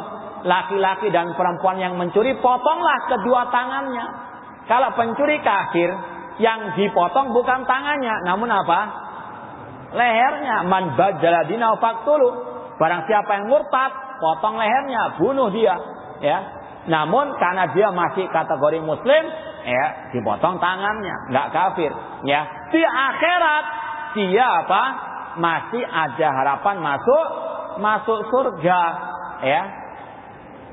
Makanya banyak hadis dalam Sahih Bukhari. Dalam Sahih Bukhari Rasul menyebutkan Allah nanti pada hari kiamat memerintahkan malaikat untuk mengeluarkan para pelaku dosa besar, ya, atau orang-orang yang masih ada, ya, iman sekecil apapun disuruh keluar, ya. Bahkan ada yang namanya al-jahannamiyin, orang-orang yang digelari dengan apa? Jahannamiyin, yaitu mereka-mereka yang sudah menjadi arang, ya, dikeluarkan dari api neraka. Kemudian kata Rasul akan dimasukkan ke dalam sungai kehidupan, dia akan normal kembali menjadi manusia seutuhnya, lalu dia masuk surga. Ini membantah kelompok Khawarij, kelompok Mu'tazilah. Yang ekstrem kiri, ya, adalah kelompok-kelompok yang mereka tadi, kelompok musyrikin, yang mereka minta syafaat kepada selain Allah. Yang satu menolak, yang satu berlebihan sampai minta syafaat kepada selain Allah Subhanahu wa taala, ya. Ini ekstrem kanan, ini ekstrem kiri. Dua-duanya apa? Sesat. Namun yang kiri yang lebih berbahaya. Karena apa? Syirik. Yang ini bid'ah, ya. Mana yang lebih dahsyat? Hah? Yang mana yang lebih baik? Gak ada yang baik. Yang baik ahli sunnah, ya, pertengahan, ya, yang baik ahli sunnah. Apa itu? Yaitu mereka-mereka yang mengatakan syafaat itu ada, bukan seperti Mu'tazilah, Khawarij, ya. Namun syafaat itu milik Allah. Syafaat itu Allah berikan bagi yang Allah izinkan dan yang Allah apa? Ridhoi. Jadi, ya, tidak seperti Khawarij, Mu'tazilah, tidak juga seperti kelompok al-musyrikin. Paham? Tidak. Ya, semoga sekali lagi Allah Subhanahu wa taala menganugerahkan kepada kita syafaat Rasul di hari kiamat kelak, dan semoga Allah Subhanahu wa taala menghidupkan kita di atas akidah Rasul, akidah para sahabat Rasul, dan mematikan kita di atasnya. Ya, kalau mungkin ada pertanyaan silahkan. Kalau tidak ada, alhamdulillahirabbil alamin. Naam, tafadhalu.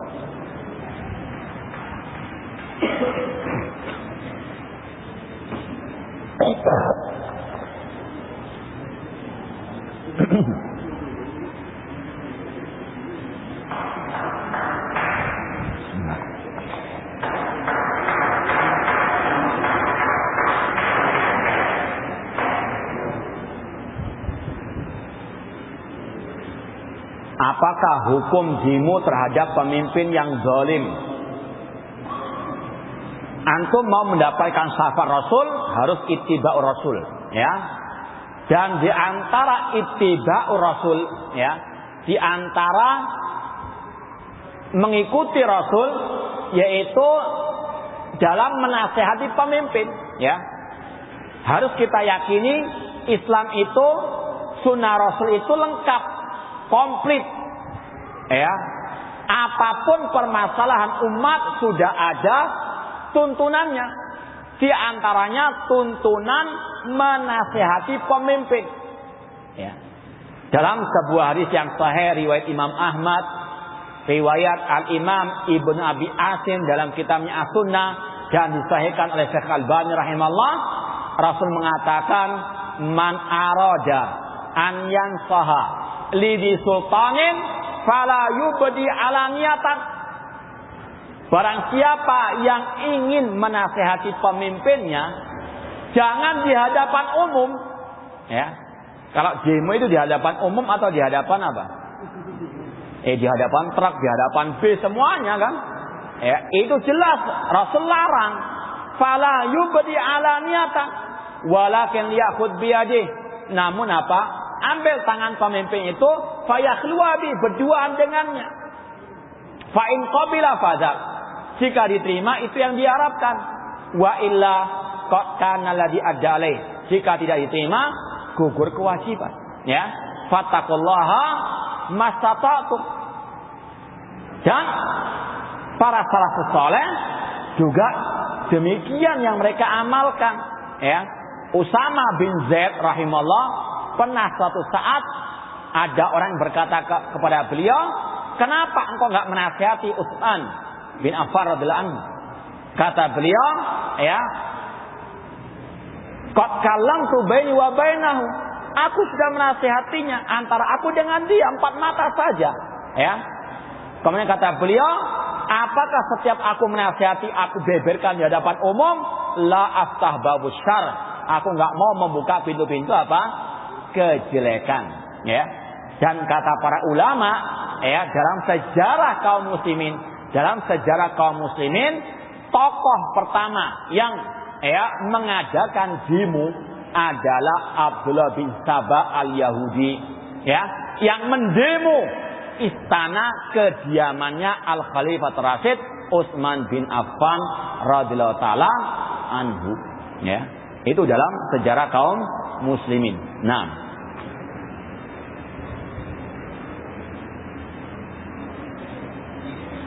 jika seorang suami tidak pernah sholat, ya, dan melakukan maksiat lainnya, lalu meninggal, apakah dia meninggal dalam keadaan kafir? Yang benar, ya, pendapat yang benar, memang ada 2 pendapat ulama. Apakah orang yang enggak sholat 5 waktu itu kafir atau tidak? Kalau Imam Ahmad berpendapat kafir, murtad. Imam Syafi'i mengatakan tidak, namun hukumannya berat. Hukumannya apa? Mati, ya. Enggak kafir, cuma hukumannya apa? Dihukum mati kata Imam Syafi'i. Namun yang benar, orang yang enggak sholat tetap dia muslim, namun dia berbuat dosa besar. Dia enggak kafir, ya. Apakah istri masih boleh memohonkan ampun untuknya? Iya, karena dia masih apa? Muslim, ya, rahimahullah.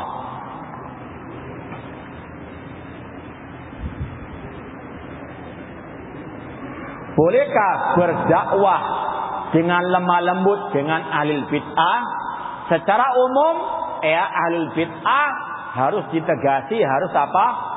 Dikerasi secara umum, ya, secara umum. Ya, namun kalau memang kondisinya berbeda, misalnya, ya, Pak RT-nya ahlul bid'ah, ya.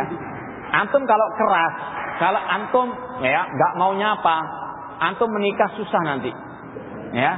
Nggak dapat surat apa? Keterangan RT. Ya, lemah lembut, ya, untuk apa? Ya, menarik dakwah, ya, mendakwanya dan sebagainya. Ya, semua sesuai dengan apa? Sikonnya, ya. Namun kalau dia sudah, ya, misalnya, ya, kita nggak ada hubungan dengan dia, ya, kita nggak boleh ikut majelisnya, kita harus tegas mentahzir dia ini ahlul bid'ah dan sebagainya. Ya, harus betul-betul apa? Tegas, kayak keras. Apa yang dimaksud dengan muwazanah? Muwazanah itu adalah metode mendakwai atau mentahzir ahlul bid'ah dengan mewajibkan menyebutkan kebaikan-kebaikannya. Kalau misalnya Anda membantah dai sesat, Anda harus mengatakan dia ini sesat, cuma dia ini sholat, puasa, zakat, haji, dia akhlaknya baik, dia ini suka berbakti kepada orang tuanya, dia suka bersedekah. Ya, ini namanya muwazanah. Ini manhaj yang bid'ah dalam mentahzir ahlul bid'ah. Kenapa demikian? Karena itu menyelisihi manhaj salaf, ya. Seorang ulama salaf, ya, mengatakan min uqubati ahlul bid'ah alla tudkar hasanatuhu. Di antara hukuman bagi ahlul bid'ah tidak perlu disebutkan kebaikannya. Cukup sampaikan dia sesat, buktinya ini dan itu. Ya, namun nggak boleh berdusta meskipun terhadap ahlul bid'ah. Namun nggak boleh antum apa?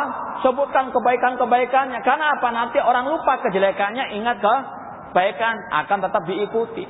Ya, seperti tadi dia sesat, cuma dia punya kebaikan ini dan sebagainya, tertumpuk dengan kebaikannya tadi, umat tertipu nanti. Itu berbahaya. Nah,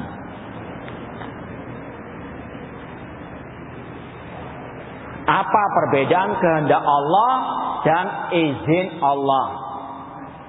Kehendak Allah itu ada 2 macam, ya. Kehendak Allah ada 2 macam. Kehendak kauniyah dan kehendak syar'iyah. Apa maksud kehendak kauniyah? Yaitu setiap kehendak Allah yang pasti terjadi. Ya, kehendak Allah yang pasti apa? Terjadi. Innama amruhu idza arada syai'an an yaqula lahu kun fayakun.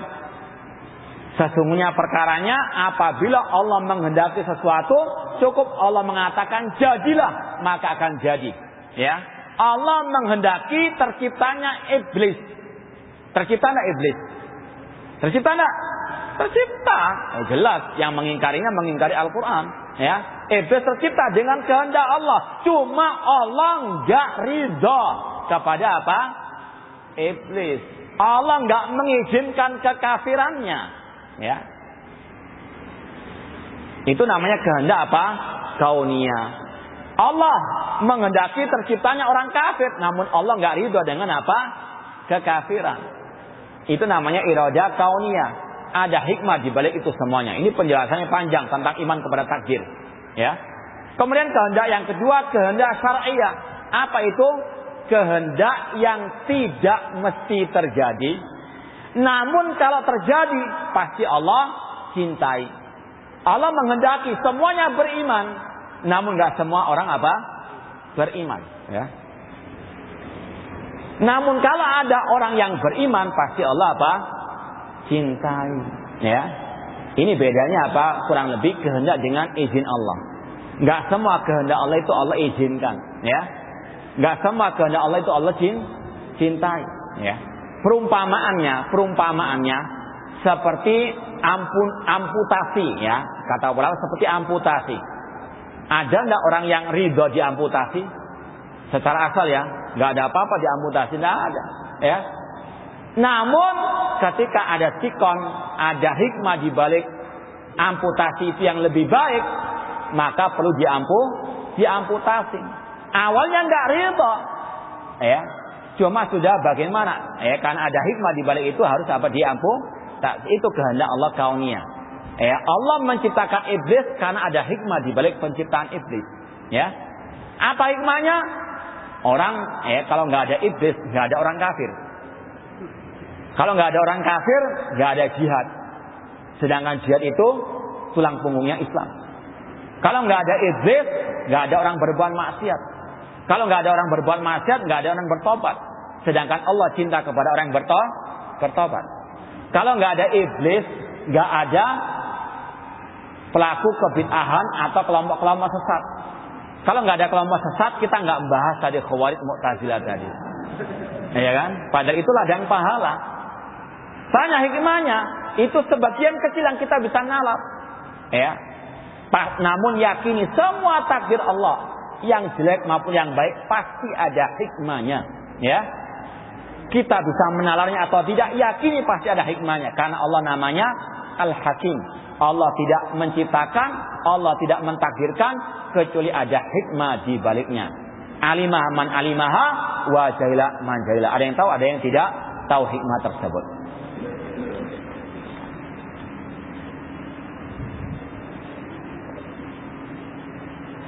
Orang yang meninggal dalam keadaan su'ul khatimah, namun semasa hidupnya ada kebaikan yang ia lakukan, apakah ia tetap mendapat syafaat?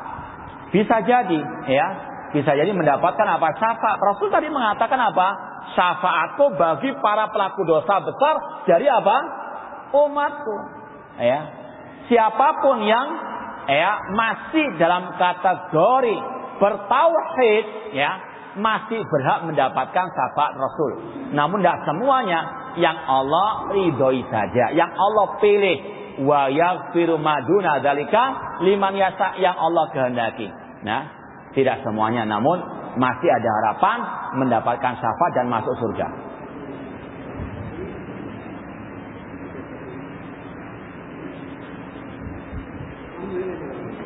Apakah orang tua yang mendapatkan mahkota itu jika anaknya hafal 30 juz? Anak tidak tahu dalilnya. Wallahu alam. Kalau ada yang tahu dalilnya, sampaikan yang sahih, ya, tentunya.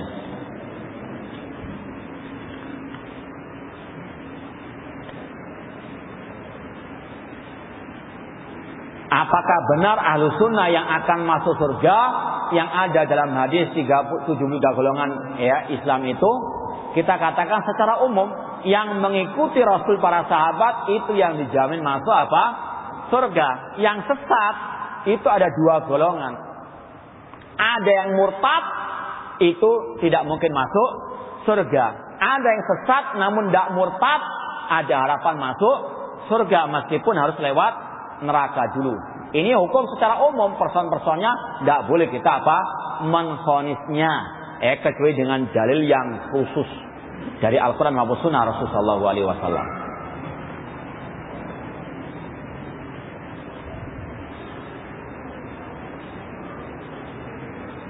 Bagaimana menyikapi khilafiyah antara ahlu sunnah wal jamaah masalah khilaf? Yang pertama, harus kita bisa membedakan mana ya khilaf yang boleh ditoleransi dan mana khilaf perbedaan pendapat yang tidak boleh ditoleransi. Contoh ya, kata seorang penyair, laisa kullu khilafin ja'a mu'tabaran illa khilafan lahu hadzun minan nazar. Tidak semua perbedaan pendapat itu bisa ditolerir kecuali perbedaan pendapat yang memang didasari oleh dalil yang kuat, ya. Jadi tidak semua perbedaan itu apa? Bisa ditolerir. Artinya ada yang ditolerir, ada yang tidak bisa ditolerir. Syekh Muhammad bin Shalih Al-Utsaimin dalam kitab Adab Penuntut Ilmu, beliau mengatakan di antara adab penuntut ilmu, lapang dada ketika ada perbedaan pendapat masalah apa? Ijtihadi, masalah apa? Masalah fikih misalnya, ya. Beliau contohkan di antaranya yang nggak boleh kita keras-kerasan, ya. Kita harus lapang dada masalah bersedekap atau tidak setelah ruku, ya. Sami Allahu liman hamidah, itu kita sedekap atau kita lepas. Itu ada dua pendapat ulama, masing-masing punya dalil yang kuat, ya. Kata beliau lapang dada, nggak boleh kita membid'ahkan yang satu, ya. Karena apa? Ya, sekali lagi, ini perbedaan yang pertama di antara ulama ahli sunnah, yang kedua masing-masing punya dalil yang apa? Kuat.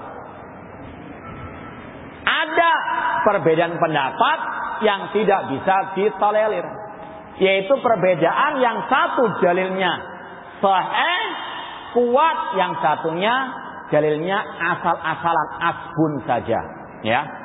Contoh misalnya, ini juga terjadi di antara ahli sunnah. Ada yang mengatakan ahli sunnah cuma masih membolehkan duduk bermajlis dengan ahli bid'ah. Dalilnya apa? Antum kalau naik bis kan campur aduk, ya, sama ahli bid'ah juga.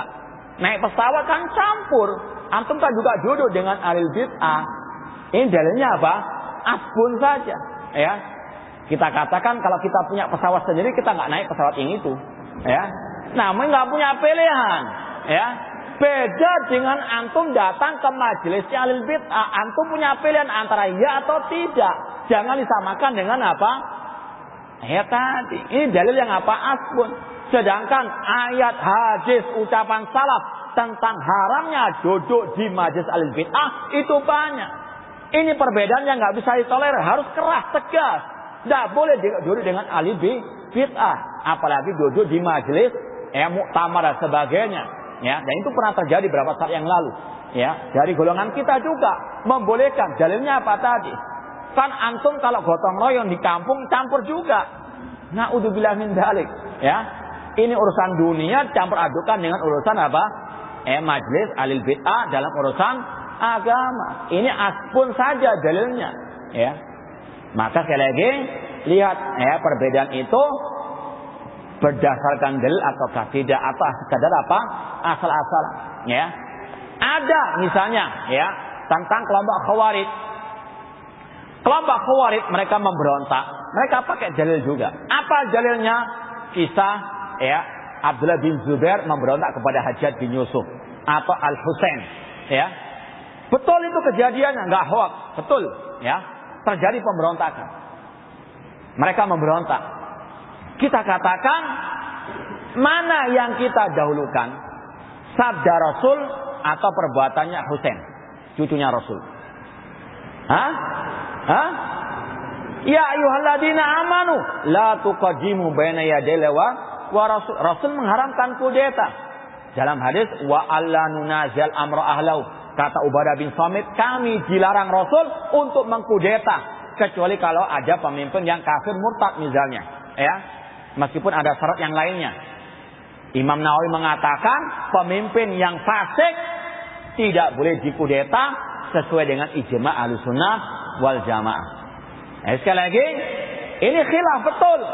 Meskipun mereka pakai hujah seorang sahabat, person sahabat tidak maksum, ya, bisa keliru. Yang maksum Rasulullah SAW, ya. Ini sekali lagi ada perbedaan yang bisa kita tolerir, yang kita lapang dada, ada yang nggak boleh kita tolerir, harus kita usah keras tegas. Ini batil, ini sesat, ya, dan seterusnya.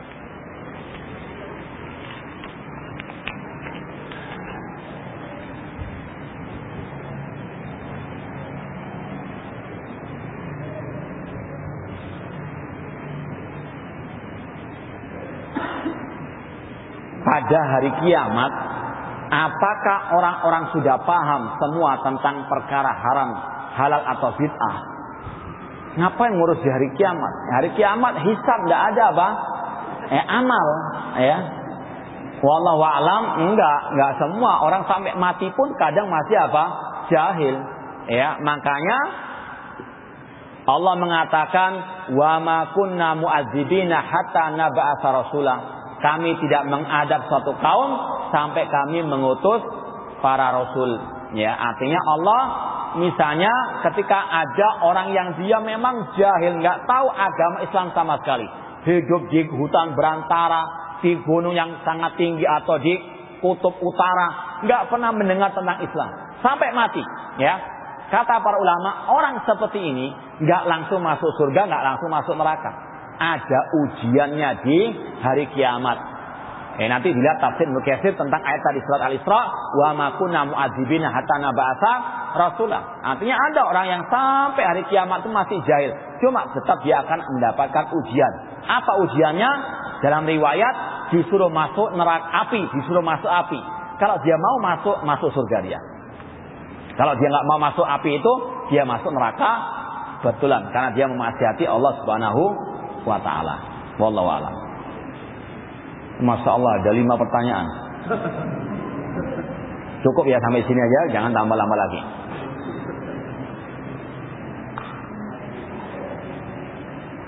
Mengapa harus melalui malaikat Nabi dan orang beriman pemberian syafaat itu? Yang pertama, termasuk adab kepada Allah, jangan bertanya kenapa dan mengapa, ya. Allah mengatakan la yus'alu amma yaf'alu wa hum yus'alun. Allah tidak boleh ditanya kenapa Allah berbuat demikian, ya. Namun mereka lah yang akan ditanya oleh Allah. Yang tepat pertanyaan itu apa hikmah? Di balik apa? Malaikat, para nabi memberikan syafaat. Di antaranya kata para ulama untuk menjunjung, mengangkat derajat orang-orang tadi. Tapi tadi Nabi Muhammad diberikan syafaat uzma. Apa di antara hikmahnya? Untuk Allah menampakkan kepada seluruh umat manusia terbaik Nabi kita Muhammad SAW.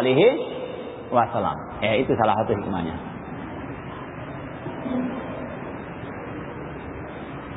Toleransi tidak meminta diruqyah dengan masuknya seseorang ke surga tanpa hisab, tanpa azab, yaitu ada rasa tawakal yang sangat kuat kepada Allah Subhanahu wa ta'ala. Ya, karena kalau orang itu, kenapa kok minta obat boleh kepada dokter, untuk diri kita, namun nggak boleh minta ruqyah? Karena kebanyakan orang kalau masalah ruqyah, orang ini bisa ngeruqyah dan berhasil, wah luar biasa, dikeramatkan, ya. Beda kalau dokter biasa saja, ya kan? Ini perbedaannya.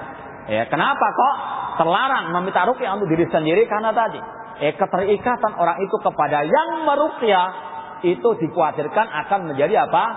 Syirik kepada Allah Subhanahu wa ta'ala. Makanya di akhir hadis Rasul mengatakan ya wa ala rabbihim yatawakkalun, mereka bertawakal kepada Allah Subhanahu wa taala. Ya, ruqyah meminta untuk diri kita enggak boleh, namun untuk orang lain boleh. Ya akhi, fulan itu lagi sakit, kalau antum mau meruqyah silakan. Seperti dulu para sahabat diminta oleh sebagian ya masyarakat untuk meruqyah tokoh mereka. Para sahabat meruqyahnya tidak ada masalah. Yang dimaksud di sini adalah apa? Minta untuk kita diruqyah. Itu yang dilarang. Nah, mana lebih utama ketika doa setelah azan, mengangkat tangan atau tidak? Kalau sekedar zikir tadi Allahumma rabbahai dawalta, enggak perlu angkat tangan. Namun kalau yang dimaksud doa antara adzan dan qomat yang mustajab, angkat apa? Angkat tangan. Bedakan antara kedua hal itu. Sekedar zikir selesai adzan enggak perlu angkat tangan. Namun yang angkat tangan itu kalau antum berdoa antara adzan dan qomat yang Rasul mengatakan la yuradu du'a bainal adzanain, tidak akan ditolak doa antara dua adzan dan qomat. Itu waktu-waktu yang mustajab.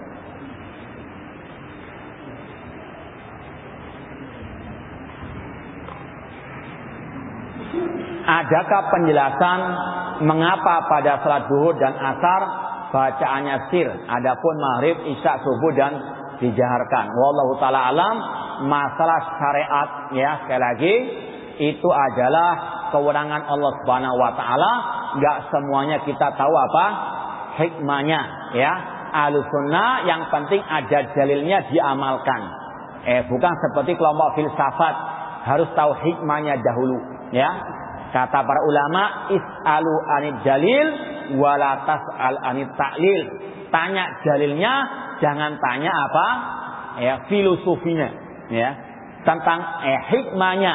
Meskipun tidak dinafikan, tahu hikmahnya enggak dinafikan. Cuma Ahlussunnah yang diperbanyak dalilnya, bukan apa? Hikmah. Nanti akan bertanya yang ruwet-ruwet, ya. Dulu anak pernah ditanya oleh santri, Ustadz, kenapa kalau sujud itu bokongnya yang di atas? Ini yang waras, yang ngalah sudah ada. Ya. Ini apa? Pertanyaan nggak selayaknya. Ini pertanyaan yang apa? Yang nyeleneh. Nggak semua pertanyaan bisa apa dijawab, dan tidak semua pertanyaan layak dijawab. Ya, ada pertanyaan-pertanyaan yang macam-macam orang itu bertanya. Ya, makanya Imam Malik ketika ditanya, kaifastawa, bagaimana Allah itu istiwa? Imam Malik marah karena nggak semua pertanyaan itu apa bisa dijawab dengan baik. Ya, atau nggak layak dijawab. Wallahu taala a'lam. Ya, saya rasa cukup sekian apa yang kita bisa sampaikan pada kesempatan siang hari ini. Kurang lebihnya ana mohon maaf. Wa jazakumullahu khairan kasat perhatiannya. Aku lupa bihada wa akhiru da'wana anil hamdulillahirabbil alamin. Wassalamualaikum warahmatullahi wabarakatuh.